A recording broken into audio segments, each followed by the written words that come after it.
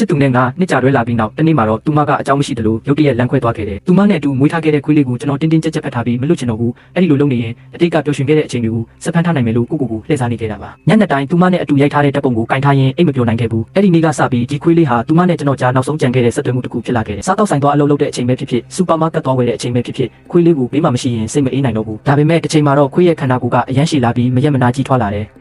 စက်ပွဲစီးတဲ့အချိန်မှာခွေးရဲ့တစ်ဖက်ကတကားအပြင်မှာပဲကြံနေသေးလို့တကားပိတ်မရဘူးကျွန်တော်လည်းအဆက်ကွဲကွဲနဲ့ဆင်းလိုက်ရတယ်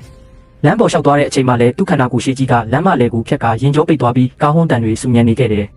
ကျွန်တော်လှုပ်လှုပ်တဲ့စားတောက်ဆိုင်ထဲမှာလည်းသူ့ခန္ဓာကိုယ်ကအရာအလုံးကိုရှုံထွေးပျက်စီးစေခဲ့တယ်တိတ်ဆိတ်နေတဲ့စူပါမားကတ်တောင်အလုံးစုံနှောက်ယှက်ဖြစ်သွားခဲ့တယ်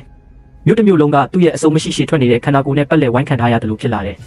ရက်တွေကြာလာတာနဲ့အမျှဒီခွေးဟာကျွန်တော်ဘဝတစ်ခုလုံးကိုတဖြည်းဖြည်းသိမ့်ပိုက်လာပြီးကျွန်တော်ကိုချီနှောင်ထားတဲ့တန်ကြိုးလိုဖြစ်လာခဲ့တယ်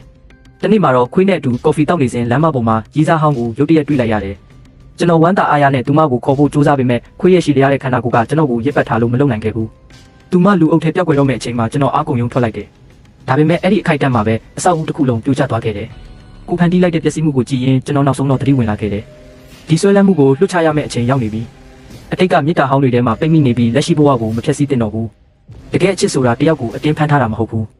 ကိုဘေးမှာမရှိတော့ရင်တော့သူပျော်ရွှင်နိုင်ဖို့စိတ်ရင်းနဲ့ဆူတောင်းပေးနိုင်တာပဲဖြစ်နိုင်ပါတယ်ကြည့်ရှုသူများအားလုံးစိတ်နှလုံးရွှင်လန်းကြပါစေကာတွန်းစကားကောင်းများကြည့်ရှုခြင်းမှာက like and follow လုပ်သွားပေးကြပါနော်